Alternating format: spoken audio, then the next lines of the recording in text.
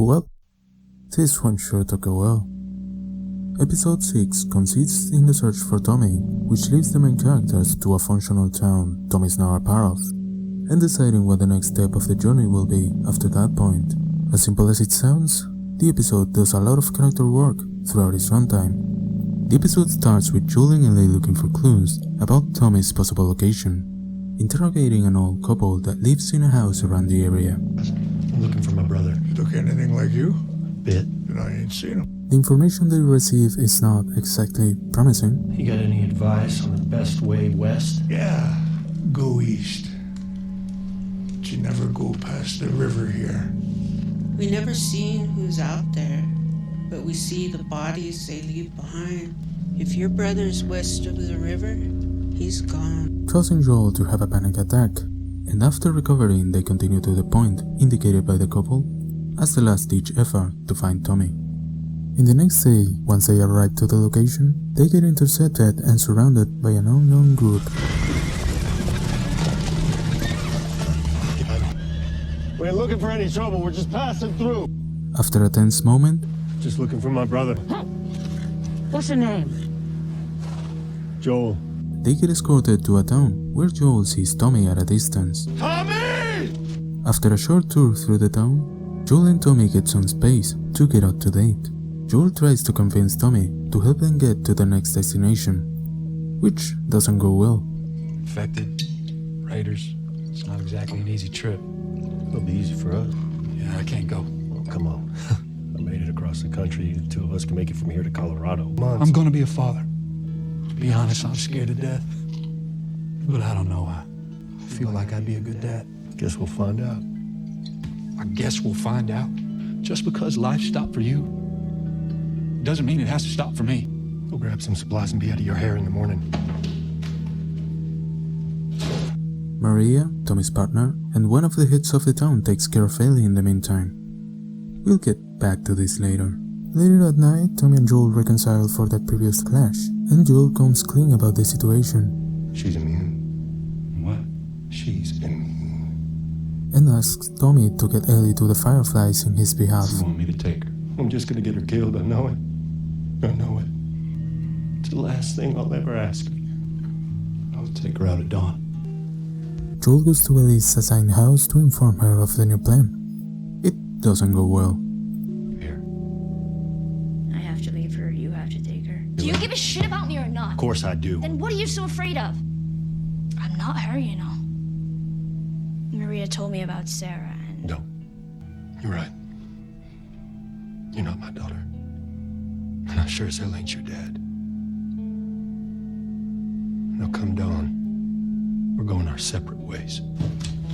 Early next morning, Tommy goes to get Ellie and prepare to go on their way to the Fireflies location. They go get the horses, but Joel is already there waiting, having obviously changed his mind but leaves the choice to Ellie. Okay. They leave the town, parting ways with Tommy, and during the traversal, Joel teaches Ellie how to aim with a hunting rifle. They arrive to the university and realize that the place is abandoned. Exploring the place, they find a map with their next possible location. Some riders arrive, prompting them to try to flee, and one of the riders attacks them and injures Joel. They manage to escape, but Joel collapses due to blood loss, ending the episode on a cliffhanger. Episode 6 is pretty simple and not too eventful, but it does have a lot of character moments and character development, advancing and reinforcing the bond between Joel and Ellie. You deserve a choice. I still think you'd be better off with Tommy. Let's go. Meeting Tommy and what he has been doing, She the one who kept you off the radio? Is that why you stopped messaging me back? After I ditched the Fireflies, Maria and her crew found me. And all they ask is that I follow their rules. I'm your brother. Yeah, I'm aware. and what his views about Joel are after all these years. And meeting this town, the functional town of Jackson, isolated among the mountains. Working on raising some hogs, too. Once we get bacon, what's even left? We also get to see Joel's state of mind and how he has been affected up to this point. I'm sorry about your daughter, Joel. But I have lost people too. You have no idea what loss is. Good stuff. I don't understand much the character of Maria. Her views on Joel are obviously coming from things Tommy has said, but why would she go as far as to try to separate Ellie from Joel, or put seeds of doubt without even knowing who Ellie is? Look, I'm not gonna ask you what you're doing with him. Good. But there are clearly things you don't know about Joel. Oh, like how he used to kill people? I know about that. And Tommy did it too. Are you worried about him? And also this line, There's a whole lot you're not telling me. Good. Herein lies the point. Be careful who you put your faith in. The only people who can betray us are the ones we trust. this Maria is hard to read as a character. Also, for whatever reason, the episode starts with a flashback showing the conclusion of the previous episode. It doesn't add anything to this one, and the story skips forward afterwards anyways. It's unnecessary. Nevertheless, good character moments and development, a pretty good scene early in the episode, which was not part of the source material, and a great performance by Pedro Pascal. Don't say another word. Good stuff. Now to see the aftermath of it. Up at dawn, walk the streets, walk the wall. You eat shit food, you do shit. Episode 7 focuses most of its length in Ellie's past, right before getting found by the Fireflies. Her friend Riley gets her to a mall and prepares a set of stops in it for undisclosed reasons. The mall? You out of your fucking mind? They sealed that place off for a reason. It's full of infected. If it's sealed off, then why isn't it sealed off? Little pieces of information are given throughout the episode, like who is Riley, what is their perspective on Fedra and the Fireflies. Riley doesn't like Fedra and joined the Fireflies, and Ellie sees the Fireflies as terrorists who might get her killed at some point.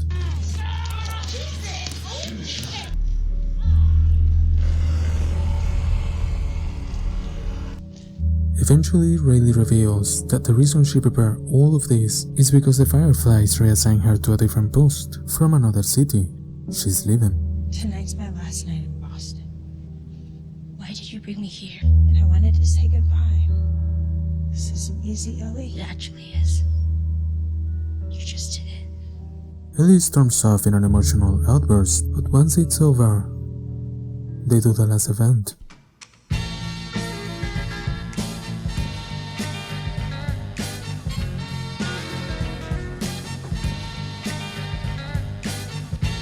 What?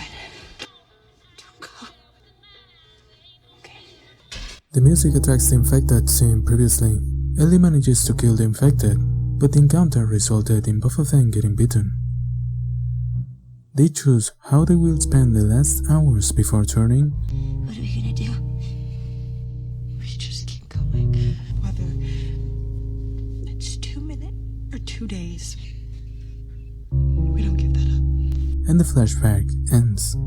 The beginning and the end of the episode consists in the event succeeding the previous one. Ellie trying to treat Joel's injury, Joel trying to convince Ellie to leave him to die and go back to Jackson, and Ellie having to decide what her next move is gonna be. This episode so far seems to be the most divisive one in the season, and the flashback seems to be the main reason behind it. The flashback in this episode is utilized to reinforce the decision Ellie takes in the final moments. She chooses to stay and help Joel because she already lost Riley before.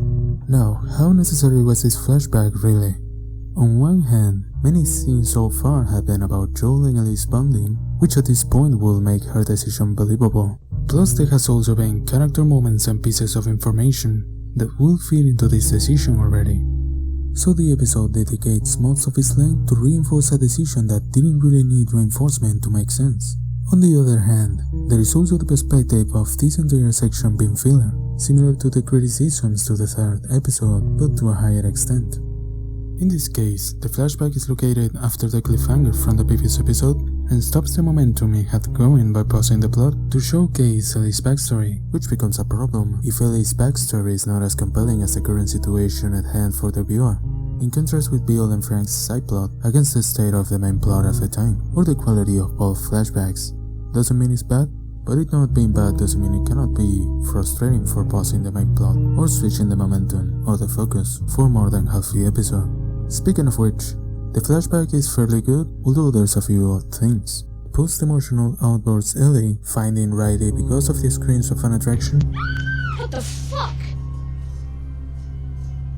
or the infected contrivably popping off here and now, even though the entire mall is making noise and the mall is big.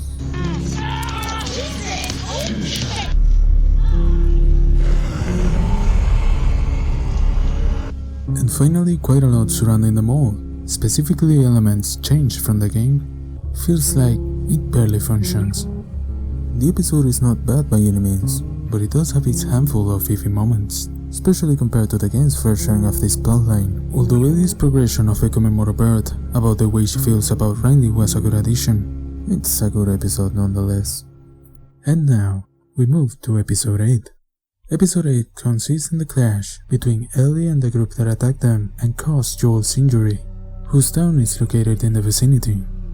Ellie runs into them while hunting deer, and trades the deer in exchange for medicine for Joel. While one of the men goes for the medicine, the back and forth between Ellie and the man in charge reveals their identity. We didn't expect this winter to be so cruel, so I sent 4 of our people to a nearby town to scavenge what they could, and only 3 of them came back.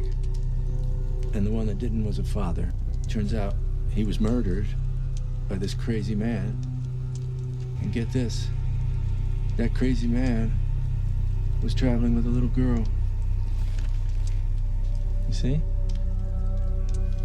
Everything happens for a reason. Ellie gets the medicine and cautiously leaves the area, and the group prepares to trace them down. They manage to capture Ellie, while Joel recovers enough and just in time to defend himself. Fortunate, and captures and interrogates 2 of the members to know the location of the town where they took Ellie. Hey, listen to me.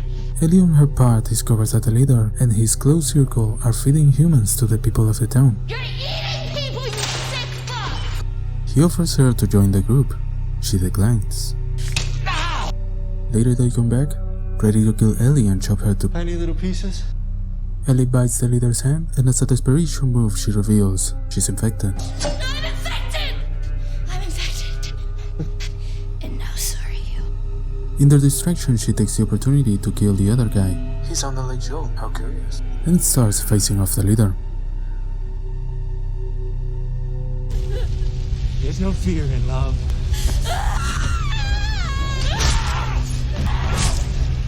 Ellie manages to kill him and leaves the place from the back of the building, where she is found by Joel, covered in blood, in shock. Okay. It's okay, baby girl. This episode is pretty good, although there's this feeling that the plotline went a little fast. Just like in the previous episode, some of the oddities and plot points get aggravated when compared to the source material. For example, Joel recovering enough and just in time to defend himself from the intruder, and prepare him as bait for another one Joel was already expecting somehow. And you can also forget about his injury from this point on. Joe, where the fuck do I put this? Also, Bella Ramsey trying to sound tough was... Turn your face to me. Any sudden moves, I put one right between your eyes. I won't say it twice. I'm from a large group too. Bit rough. She did good most of the time though. Wait! Don't do it! Please don't do it! Please! I'm infected! I'm infected. And now so are you.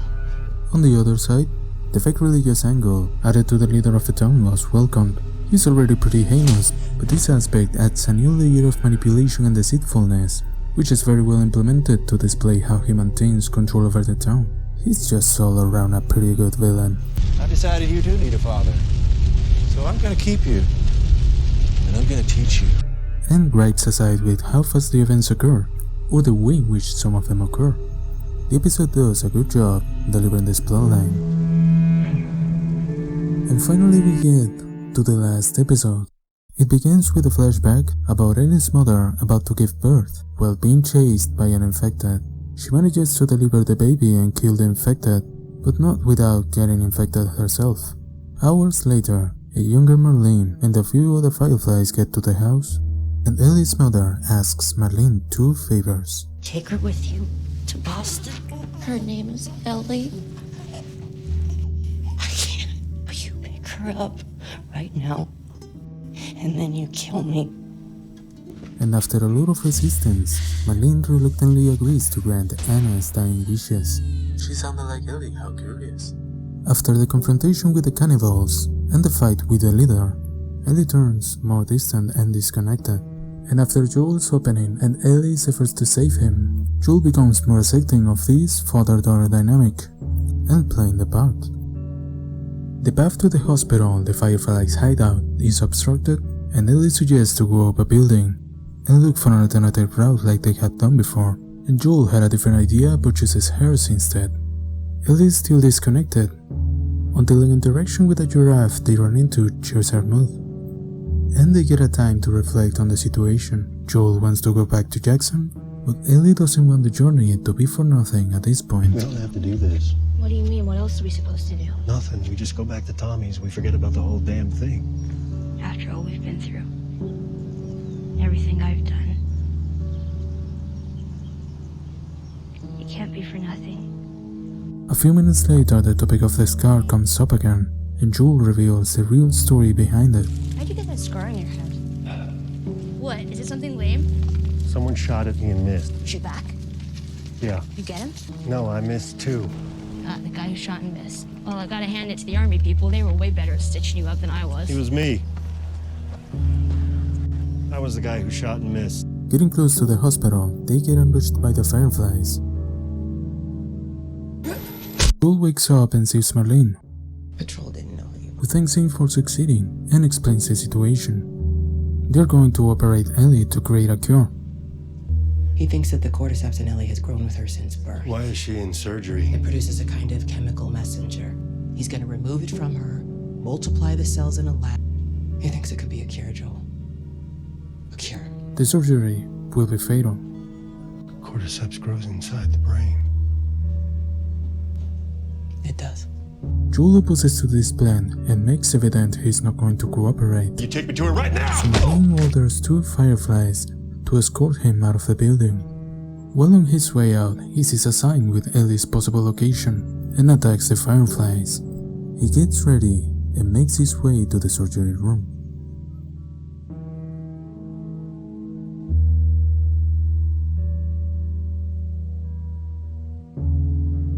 Joel finds the room, gets Ellie and starts fleeing the hospital.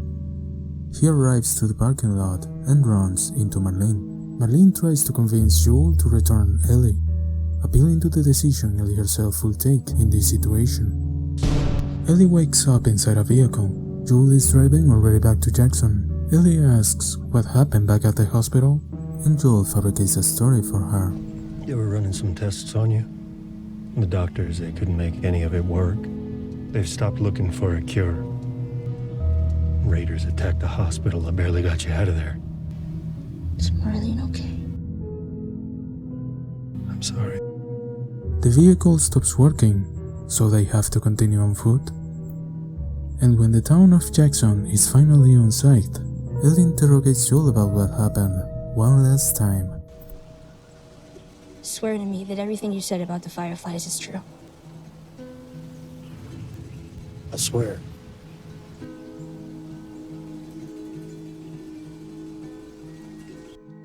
This final episode succeeds at giving closure to the story, with a somewhat open-ended conclusion and payoffs from previous moments. It might have small things here and there, maybe Anna's flashback goes for a little too long, and there is something maybe too gamey about the final shootout.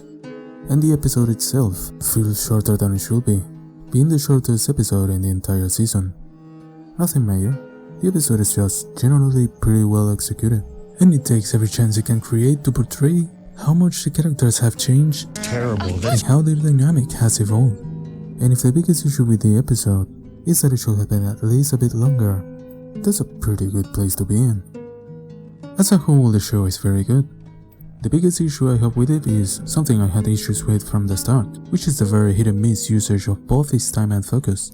Not only due to oddities with the pacing, but also the extension of certain scenes, moments or plot points, to the expense of others which end up feeling a little rushed or feeling shorter than they should be. Or the length of certain scenes or plot points is maybe too significant in their own time, considering their contribution to the overall narrative. Aside for that, there are certain moments that were reenacted from the game, but with a different context or different leading events, that made their usage be a little bit forced. And only 3 of them came back. Turns out he was murdered by this crazy man. Finally, the attempts to ground the show and make it more realistic than the average zombie media get undermined by the more contrived and over-dramatized moments, or with all the gamey moments, especially the ones that weren't part of the game. Not to say everything the show did was better executed in the game though. There were some improvements and some expansions from the source material, and also changes that were just different, instead of better or worse. I like the show. I like the game version more by a noticeable margin, and I didn't vibe with a few elements or the way the story was told sometimes, but I liked it alright. My enjoyment aside, and to reiterate, the show is pretty good, with well-realized characters, ambitious way to tell the source material story, and easily one of the best adaptations from a video game produced so far. Okay.